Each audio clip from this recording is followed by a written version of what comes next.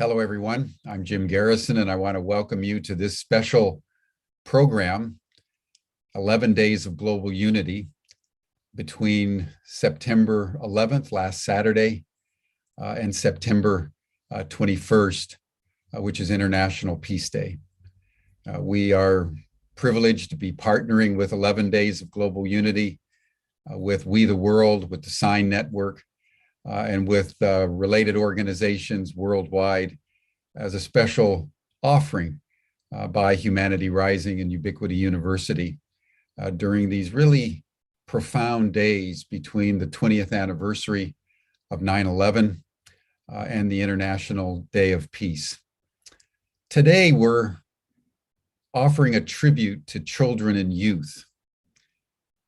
We often think of children and youth as young and rather marginal, and they're going to be important when they grow up. But we're in a world right now, everyone, where the population under the age of 25 constitutes 42% of the entire global population. If you think that we're nearly 8 billion human beings on this planet, roughly 3.5 going on 4 billion of our humankind are under 25 years old. In sub-Saharan Africa, for example, 50% of the entire populations of all those countries are under 25 years old. India, last year became the youngest country in the world. 64% of all the population of a subcontinent, 1.3, 1.4 billion people, 64% of India is under 25 years old. It's an extraordinary thing. And what we know about these young people are they are acutely aware of the climate, of the environment. Pew Research Center just released a study of over 75 countries where they interviewed youth. And they have found out that a significant percentage of young people around the world are so concerned about climate change, they believe that we're doomed. The Gen Zs that are now moving into universities in the United States and Europe and around the world are demanding courses in climate change, in ecology. They're no longer interested, as many previous generations after the 1960s, in engineering and science and making lots of money. These young people going into institutions of higher education want to become ecologists. They want to get involved with regeneration. And studies coming out of Chatham House, for example, are indicating that not only are they aware of the environment, aware of climate change, demanding training, but they're willing to take leadership. They want to lead this revolution in ecological awareness and in regeneration. And that's one reason why we've created the Global Regeneration Corps that has come out of the 300 to 400 organizations involved with Humanity Rising as an opportunity worldwide for people of all generations to come together, but with a focus on young people, because we are now moving in to an era of escalating, increasingly lethal ecological turbulence. The young people know that. And they also know that our governments are increasingly unable to preserve any kind of stability in the face of the rising turbulence. And they know that they're ground zero. So that's the impulse behind the Global Regeneration Corps and the programs that we've been developing in regenerative action and tolerance and peace study. That's one of the reasons why we're offering scholarships to the We the World and 11 Days staff and people that are in their network, because we want to support this impulse around the world. So I want to welcome everyone in the spirit of young people who are aware, who are committed, and who are ready to take action if they're given the opportunities and the training to do so. So that's our program for today. Before we launch into the content, let us pause, as we always do on Humanity Rising. Let's just take a breath as we gather together in this tumultuous, chaotic world of ours. Let's just center ourselves in our bodies. Take a breath. Close your eyes. And center your attention on your heart. See if you can listen to your heartbeat just for a minute in a spirit of gratitude and deep thanksgiving that you're alive. And from your beating heart, feel love for all sentient beings. So that's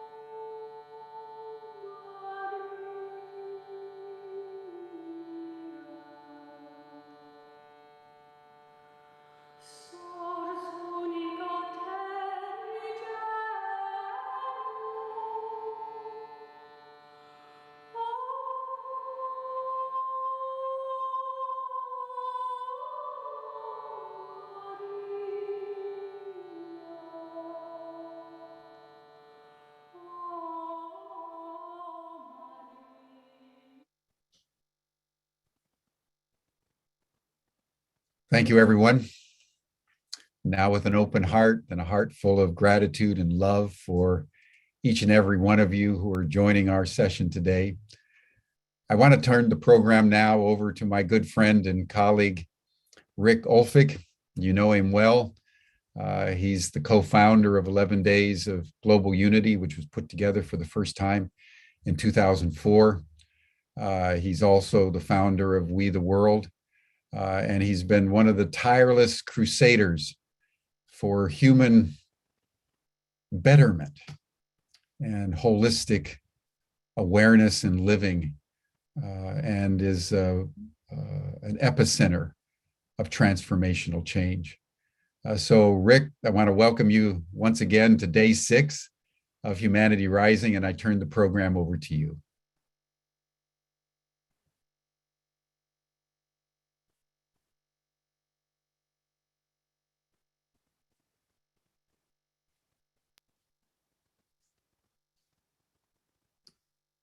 Thank you, Jim Garrison and Rick Buckley, along with Ubiquity University and Humanity Rising, for broadcasting all of the 11 Days of Global Unity Summit panels and for offering master's degree scholarships in peace and tolerance, as well as regenerative action for 11 of our volunteers, in honor of our dear friend, Avon Madison from Pathways to Peace, for 11 Days of Global Unity. I and we greatly appreciate your partnership and collaboration.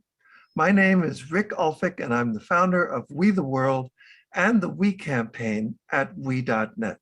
And I'm the co-creator of 11 Days of Global Unity with my dear friend, Troy Lush. You can find out about all of the 11 Days of Global Unity broadcasts and events by going to we.net. And we invite you to collaborate with us as a volunteer or as an organization partner as well. Just go to we.net because it's all about we. Today, on our Day for Children and Youth, we're excited to bring to you our tribute to the changemakers working on We the World's campaign for children and youth. And I'd like to start with my dear friend, Heidi Little, who is the coordinator for We the World's campaign for children and youth. Heidi Little has worked with children and youth for many years as a teacher, founder of the Center for Social and Emotional Learning, and as the co-creator of International Children's Month. Also, Heidi is a wonderful singer, songwriter, and recording artist. And so take it away, Heidi. Tell us what has motivated you to do this important work that you've been doing. Oh, well, thank you, Rick, for the beautiful introduction. It is always a pleasure to be with you, and I'm looking forward to our time together today. We have one of my couple of my right-wing people with us also joining us later on. So freedom, to be able to express ourselves and to create what must be created due to inspiration and passion is the foundation of my work, allowing people to do their creativity. And in 2003, I was always been a musician and an educator at a parallel career thing going on. And in 2003, I was really praying for the children daily and really feeling for their lack of input in the world when they were the ones seeming to be suffering the most. So we launched International Children's Month, and I began designing progressive education platforms, activity platforms for youth, so that they could have a spotlight, have a place to stand from, a stage in which to reach out to everyone and share their hopes and their dreams and what they were creating. And we did that for 6 years before I met We the World. And it was a natural fit. And when Rick invited me on to help maintain and support the children and youth theme, I was very happy to come aboard and do that. And this understanding of we-ness, of moving from the I to the we, of moving from the I to the we to the one, children have a natural inclination for that. They have a natural ability coming from their childhood into their adult youthhood to understand unity, and they're really good at it, and there's no reason why they shouldn't be showing us how to do it. And in 2019 they really did, when they took to the streets and they showed us.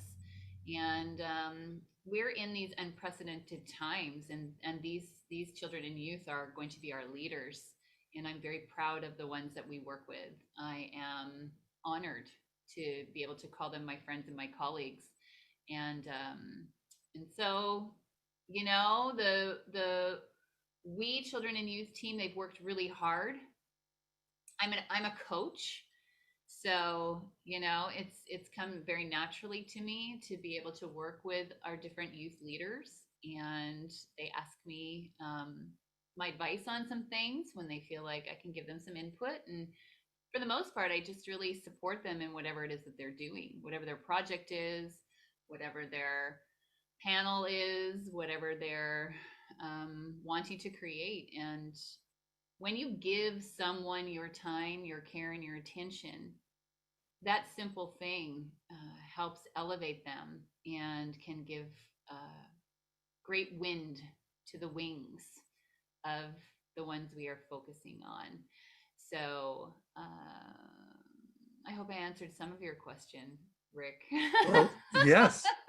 Totally, totally. Yay. Shall we bring in one of the young people that you were talking about? Yeah, You want to introduce her to everyone? Yeah, absolutely. Yay. All right. So Raheen Fatima is our youth ambassador for Pakistan, and she has done an outstanding job of bringing together children of all age groups and ethnicities who are all working on that expression of peace and love and understanding in a world that is desperate for that type of injection of hope and grace. So Raheen is wonderful. She's done hundreds of interviews. She is becoming known at the United Nations. She is a wonderful human being who works tirelessly for peace. And I love her. So Raheen, come on in, and she's also a stand-up comedian, and she's super funny. And come in and let's have you tell whatever you want to share about what's going on with you. I need the latest anyway, updates about what's going on. So awesome. Yeah, sure. Thank you so much for having me on. So, well, I'm 14. I just turned 14, and I'm a stand-up comedian, I'm a writer, an entrepreneur, a teacher, an interviewer, theater actress, a child rights, and a peace activist. And the goal of my life is to empower everybody around me, regardless of their race, the religion, the caste, or the creed. So that's basically me. And I've been working with International Children's Month for about 2 years now, and I'm so proud of my work that I've done with them. And to have a Heidi around is so interesting, because I mean, I feel like I can share everything very openly with her, that be even personal things. And the way that we've been able to put so many panel discussions and events together is just awesome. And this year on June 21st, World Peace and Prayer Day, we were able to put on like 6 panels with people all ages coming up. In fact, we had somebody that was 80 years old, and we had somebody that was 80 years old, so 80 and 8. We had like literally generations apart, people coming in and talking about the same things and having the same passion. Was just amazing to see. And in all that, Rick has really supported us. So I'm so thankful for, all the support from everybody that's watching, from everybody that's here on the panel today. And I always feel loved and welcomed, even though I can be very goofy and sometimes a bit of a drama queen, but well, you guys know me for who I am. And you're lovely, and we appreciate you in every way. Yay.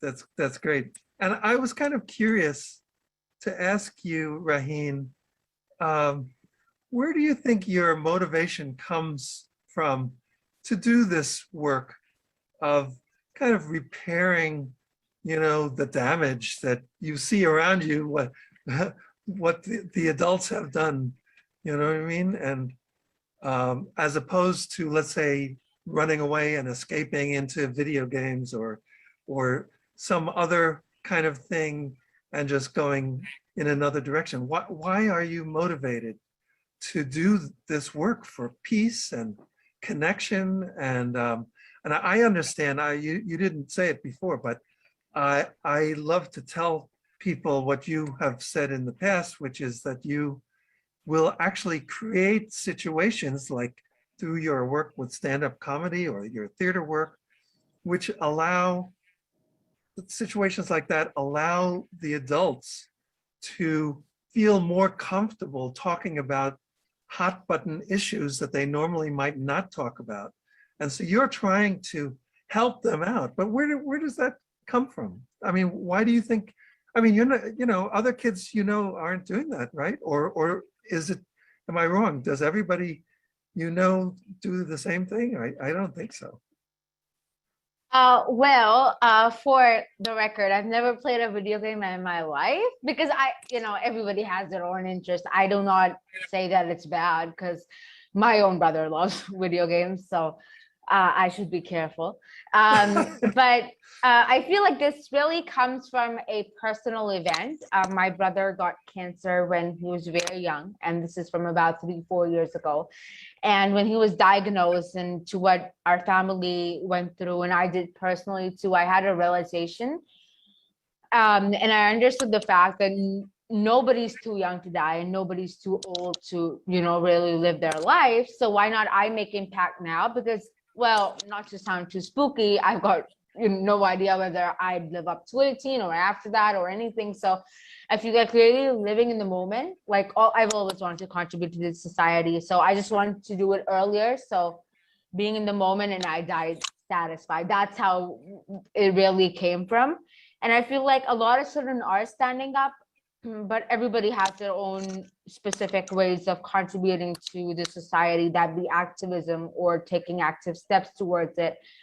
So people are starting, and I think we have started a little bit of a movement, because when I started asking children here in Pakistan that I knew whether they want to be part of it, we had all sort of, replies to that. But right now we've got so many children that want to join, and they're bringing in more people, so we have a whole gang thing that has been going on. And when I see the impact of my work, because I do get messages, and I'm with my work with theater and stand-up comedy, I'm able to see like real lifetime results. I'm like, oh my God, this melts my heart. Because I had a chance to work on children's rights and about child abuse through theater plays and puppet plays. And when we performed that in all around Pakistan, actually, in charity schools, teaching children about what their rights are, and also about what is child abuse, how to prevent it, how to know when you're in a situation, how to spot that awkward conversation. And the response that I got, that was the best audience I ever had. So I feel like these little, things and these little steps that I take towards, really making the best, of my impact, I think really just fuels the energy I have past midnight. I should brag about this. I wake up very late at night or stay up very late at night. But I do what I do, and I love it. So.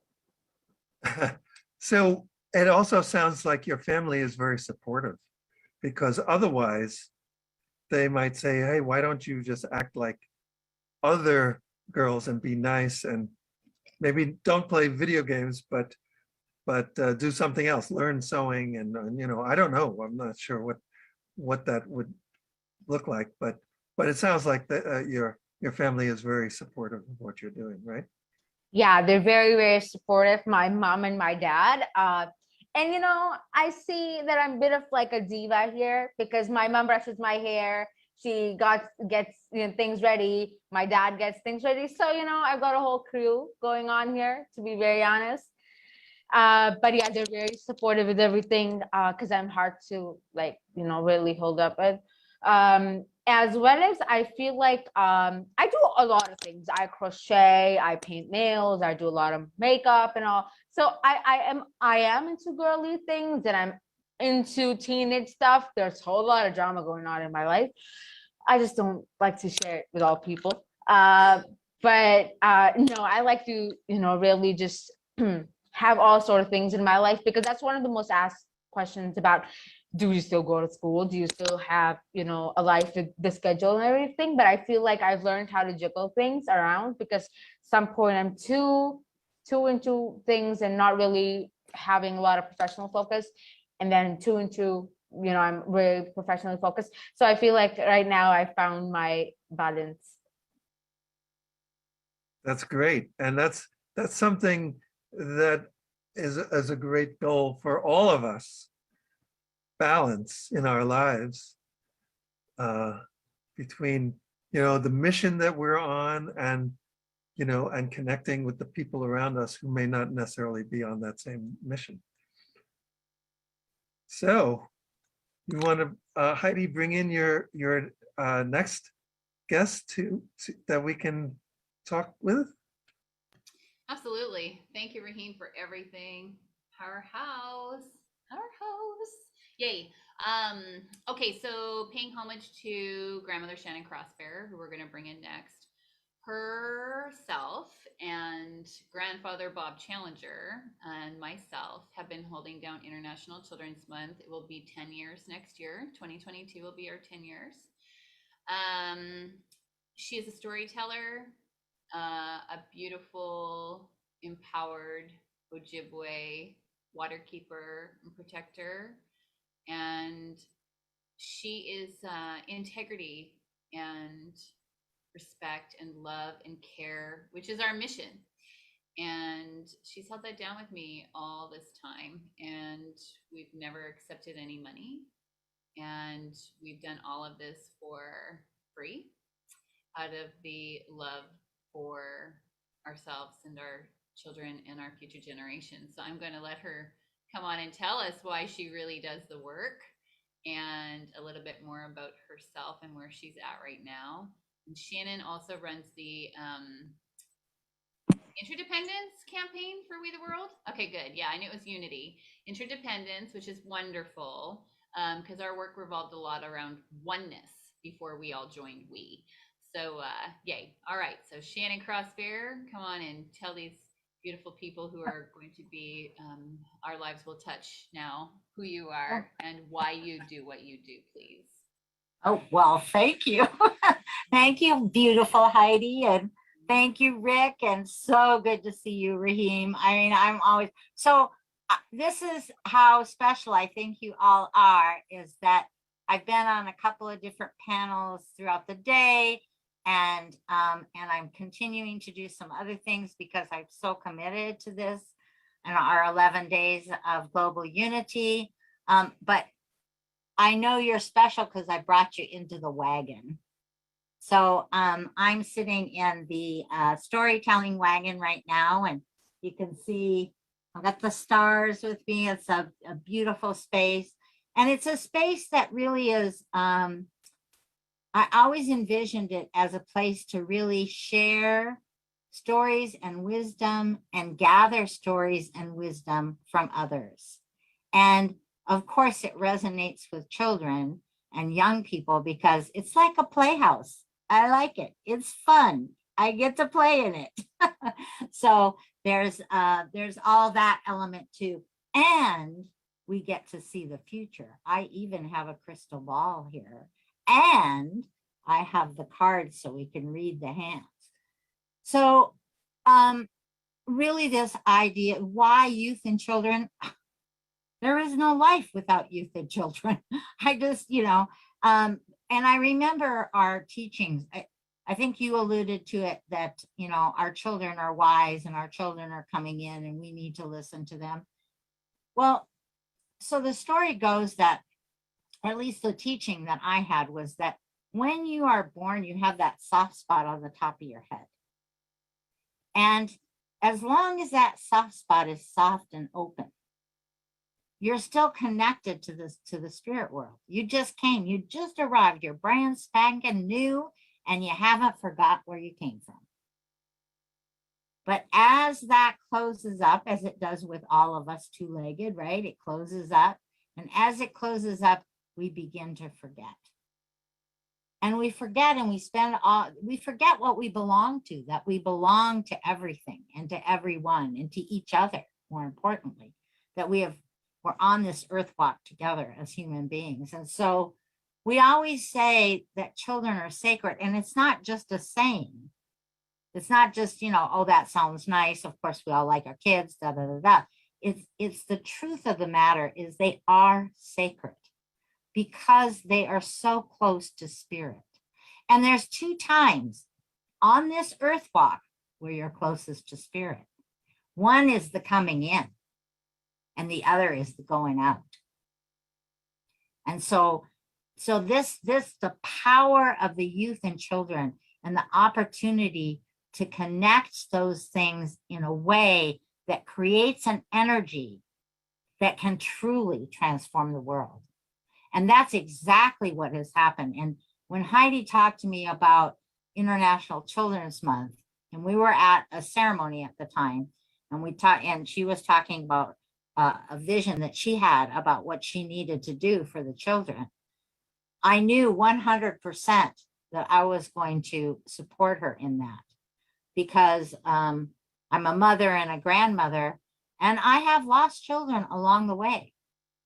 And it has not, that's a very sad thing. And there's a lot of children that are hurting. And we needed to step up. And sometimes we're shy about that. I mean, the elders are shy about that in some ways. And they have to not be shy. We can't be shy about that. We need to say the things that we need to say, so that we can inform that future, because it is that power of those two. And so with the platforms that have happened and we have supported over this time, is really all of those platforms. Children love the water. Children love the earth. Children, game on, right? Take it to the streets. And now it's we, all of we. And so what has been inspiring has been to see the connections of Raheen and so many others. Like when we talk about this campaign, I think the Youth and Children campaign has spread so many different ways, right? So that we need to look at the education of our youth, the health of our youth, the economic stability for our youth, the physical, mental, emotional, and spiritual well-being of our youth. And at the same time, in order to do that, we need to be doing that for all of us, right? So inviting places and spaces where our youth and young people and our children can come and inform us, and not just to encourage us, but sometimes, I don't know about you, but when you've been looking at something for so long, sometimes you need brand new eyes to see it. And when I'm talking to my youngest granddaughter, I always get down on my knees. Because when I get down on my knees and I see things from her perspective, oh, we have so much fun. Now, the getting up from my knees is a little more challenging these days, mind you, but the getting down is plenty fun. And I get to see the world from a place, there's nothing better than crawling on the ground, right? Crawling on the ground with a little one that's crawling and discovering, again, this earth that we're on, right? So I thank every youth and young person, and I am so honored to have the grandchildren that I have. And Raheen, I will include you in those grandchildren, because I see what you're doing, and how you come from your authentic self. Oh yeah, of course, you're a teenage girl, you're gonna have drama, right? That's part of the fun of it, right? Oh, I can tell you some stories, and we'll do that at some point in time. But this is what youth and all the programming around youth, so that there's no child out there, there's no youth out there that doesn't know that they're sacred. And not just to say it, but let's act like it. And that's what the campaign, and acting like it means that we don't abuse children in this world, that we don't have them work in situations that are not good and healthy and contributing to their wellness, that we don't allow harm to come to them, that we make sure that they are fed. And I don't mean just physically, but fed physically, mentally, emotionally, and spiritually. The most powerful thing that children can hear is us to petition on their behalf, to say a prayer on their behalf, to set an intention on their behalf.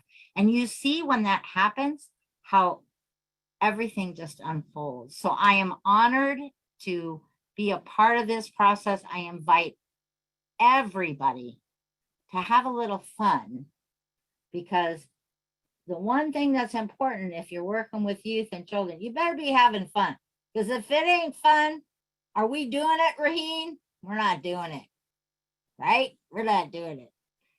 That's I right. love you. Thank you Thank for letting you. me be a Thank part. you, Shannon. Thank you. So as we wind up, Heidi, do you want to bring it all together? Yeah, I just want to, to just acknowledge with everyone how, stressed out and tired we are in this point from the pandemic. And just to be here together with Raheen and Rick and Shannon and feel that it's all in our perspective and it's all in what we're bringing to the world, right? What does love in action look like? What does love in action sound like? And what does love in action do? If we can even just have everyone consider that for a minute and, see the world through those eyes, take a step back for a second. There's a lot of rushing going on. There's a lot of heightened anxiety and stress going on. And how do we counteract that? We bring our presence to the world. It's not the world's presence in us. It's what we are bringing out into the world. And that's what we're modeling for our children. We are modeling what a valuable, good human looks like. And I implore all the adults and grown-ups and all the youth leaders out there, to continue to feed your creativity and inspiration, to continue to feed your heart song and your soul, and continue to explore and discover what you're doing here and what your gifts are. And that is how we will move forward gracefully through this pandemic. It will end eventually, right? We will be able to maintain our bodies and our communities and our societies. We will come to more love, care, and respect for ourselves and others, and it will just kind of plateau out. And before we know it, we're going to be voting in our children and youth. And they are going to be coming into these buildings where things are changing, where we see what doesn't work. And we know what does work, right? Love, care, and respect. Keeping a view, a social view, a community view of everybody having an opportunity to make it, that we can build this thing that works for all, right? And I just want to breathe with you for a second and just remember, breathing in the love and breathing out the love. You may have never heard that before. I meet children every day who have never heard that before. And right at the beginning, it's like, oh, well, that's kind of weird. Maybe, but it works. So, whatever tools we can share with each other, I see so much positivity coming out of this. So I want to just thank Rick for holding the space for We the World and for giving International Children's Month a beautiful home. And June is International Children's Month. So we have lots of time to prepare for 2022. And we have the Children and Youth theme. You are welcome to join the family of people who are love in action, essentially. And Raheen is going to be hosting a panel later on today where we get to meet some of the children and youth who have been working with We the World and who are working on the 11 days. And I invite you to be inspired and impressed and to feel the breath of fresh air that our youth are bringing to us. Let's involve them more. Let's include them more. Exactly. And let's do it. Thank you, Let's Rick. do it. Thank you, and thank everyone. So as Heidi was saying, please join us at 1 p.m. Eastern Time for our summit panel on children and youth. And for all of the sessions of 11 Days of Global Unity, you can go to we.net and you'll see the entire schedule there. Please sign up. We want to collaborate with you in whatever way you would like.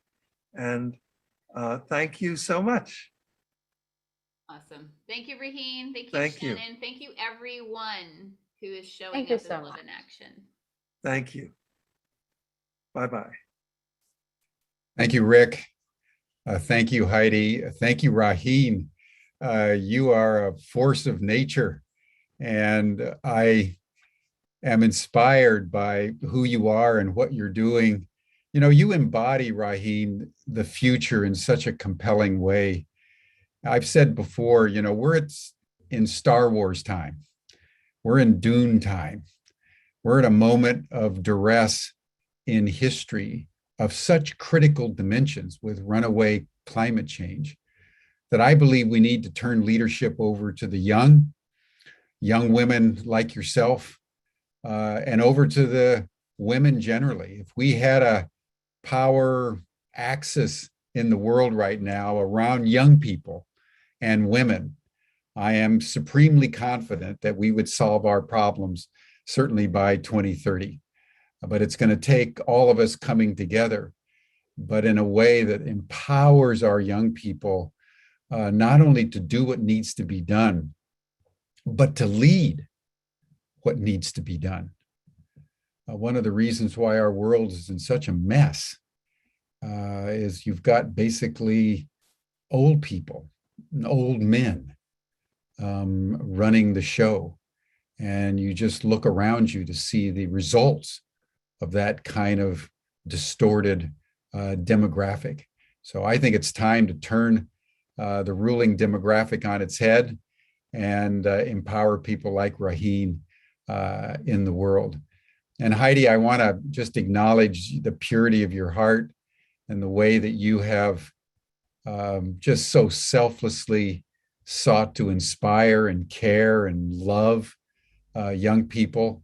That nurturing instinct is what makes the Raheens of the world grow. I was struck, Raheen, when you said that, you know, your mother combs your hair and your father's got everything. That's what parents should do.